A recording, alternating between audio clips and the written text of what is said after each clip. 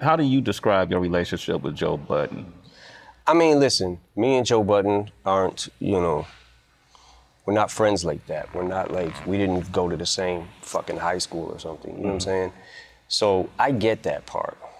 But when I'm out here flying around to different places and doing interviews and trying to use my platform to pump up Slaughterhouse every chance I get, and you're using your platform to fucking trash me, and I'm one of the things that keeps this ship moving. Do you know what I'm saying? So you're doing something, you got a voice in hip hop, so you actually could be affecting this ship a little bit. You know what I'm saying? Because you don't owe me nothing. But I've never gotten a fucking interview and been like, Joe Budden shit is fucking trash. That last album he put out is fucking trash. So that's kind of the attitude I took to this whole album. Kamikaze is like, all right, what if I give everybody my opinion about them?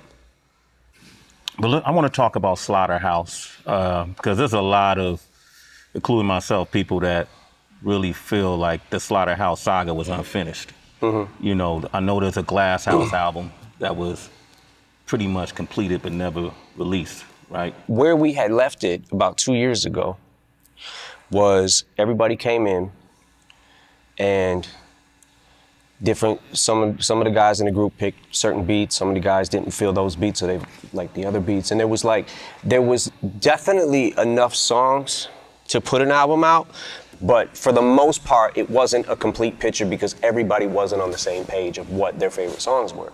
So I thought they were gonna go back home, regroup, and try to make a few more songs. I didn't hear anything from that, and then at that point I started getting really deep into Revival. You know, I was recording every day. So a couple months go by, and from what I understand it to be, what I was told, I didn't hear this firsthand, but Joe said, Slaughterhouse ain't hot right now, we don't have a buzz, we need to put out a mixtape. From that point, everybody started branching out. Royce went and did his album, Prime. Like, everybody started doing their own kind of solo shit. So I thought they were just happy with that. You know what I'm saying? Like, they just wanted to maybe work on their own projects for a while and we would come back and visit this or whatever. When we made the first Slaughterhouse album. The Welcome to Our House? Welcome to Our House. That was another album that I felt like, holy shit, people literally just trashed this. They trashed this album. There was a huge fucking backlash of, oh man, this ain't what we want to hear. It sounds too polished and all that shit. Like, you're critiquing these guys who are fucking wordsmiths.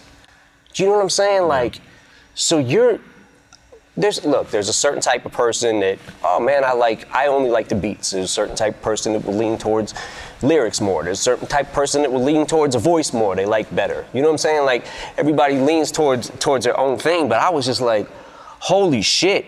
Because to me, the beats were crazy on that album. And only thing I did was added my little touch of like sprinkling music in these tracks and mixing them to try to bring out, the production a little bit, which I don't even know if I did any actual beats on there on the first album, but all I heard was the backlash that it was too polished. Yeah. So we said, okay, let's do another album and then you guys do what you want to do with it, which is we left the ball in their court kind of thing. So I didn't want to touch it in the sense of like, other than give my opinions on songs, I didn't want to touch it with my production because I felt like what if that is the reason that they didn't sell albums? I don't want to hinder that, you know what I'm saying? So we gave him another album and next thing I know, I hear Joe talking about who got that money, who got what money. Like, he did say, I saw a clip that he put up, an interview with him and Crooked, that he felt like that maybe, perhaps, like he alluded that you and Paul got majority of the money. But the album, I hate to say this because I think the guys are super fucking talented, but the album didn't do much to even recoup the first budget. Then we spent hundreds of thousands of dollars on the second album that never came out. What money didn't you get? I don't know if I made a fucking dime off Slaughterhouse. I don't care if I made nothing. I believed in them. So I wanted them to I wanted them to be huge, man. I really did. I wanted a group that lyrical to fucking just bust through everything. You know what I'm saying? And it definitely hurt my feelings a lot when the album didn't do good, the first album. It was just like, fuck, man. Like when we got CeeLo on the hook of the My Life song, I was like, yo, this might be out of here. What was the meaning behind the line when you said the last hit? I'm paraphrasing. The last hit you got was with your ex-chick. That was what that was. What's that? That was a tap. Just a tap? It was a tap, but it was also saying that his alleged domestic abuse things or whatever, which I'm not gonna get into, but I feel like the reason I had to do that is because, like I said, there's a fine line between saying, you know what, this guy's really been cool to me. He's helped me out and tried to help out on many occasions. So I'm not gonna go in on Untouchable like that. I'm gonna say it ain't for me, I'm not crazy about it, whatever. But to be the worst song you've ever heard in your life, have you listened to your own shit? Do you not listen back? Because if that's the worst fucking song you've ever heard in your life, I don't know. Yeah, that's interesting. So we'll never see that Glass House album, probably, as far as you know. I don't know. I don't have the answer to that. I want to just make it clear, though, that aside from the Joe shit, I think that Slaughterhouse is one of the best rap groups ever to ever happen. But that being said, I wish their first album would have connected. Yeah. To more people than it did. I don't, to this day, I still don't. Me and Paul are like, what the fuck happened? You know what I'm saying? Like, but look, man, everybody's not gonna like everything you put out all the time, so. That was a dream team of MCs, though, and I think a lot to what you're saying in regards to why aren't people reacting to these wordsmiths is that's how we came up, you know, and honestly, what people may not realize is that's what really separated hip-hop from R&B, rock and roll, and other genres was our ability to bend words to create patterns that made it unique to our genre specifically, which it seems like it's something that doesn't get any credibility. People don't not everybody put a whole lot into that. Now, they don't give a lot of credence to that, you know, which is probably, Slaughterhouse could have been a victim of that kind of ideology. You also, in this album, you went in on MGK.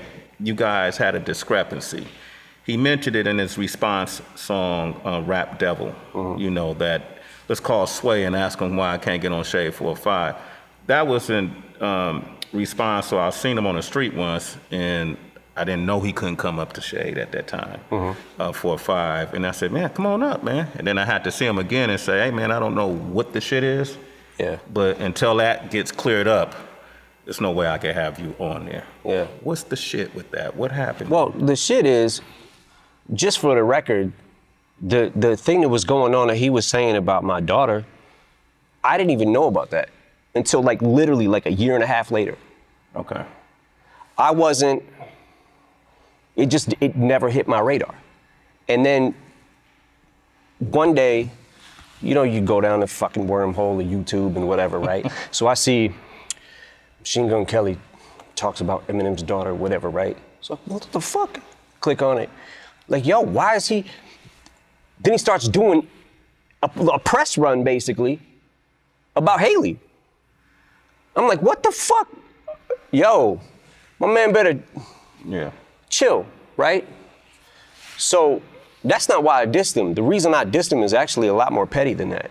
Okay. The reason that I dissed him is because he got on. First when he said, I'm the greatest rapper alive since my favorite rapper banned me from Shade 45 or whatever he said, right? Like I'm trying to hinder his career. So I don't give a fuck about your career.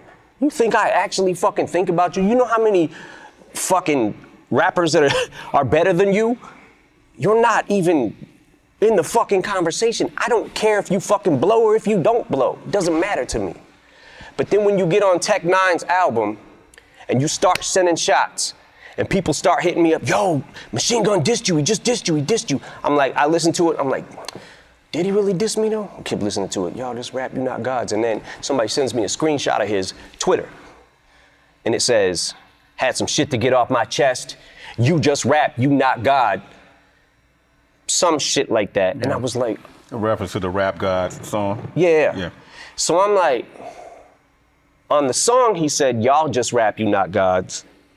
And on Twitter he said, you just rap, you not God. Had some shit to get off my chest. And I'm seeing, and by the way, this was on the heels of the freestyle he had just did about Shade 45. It's like, shut the fuck up. Shut the fuck up.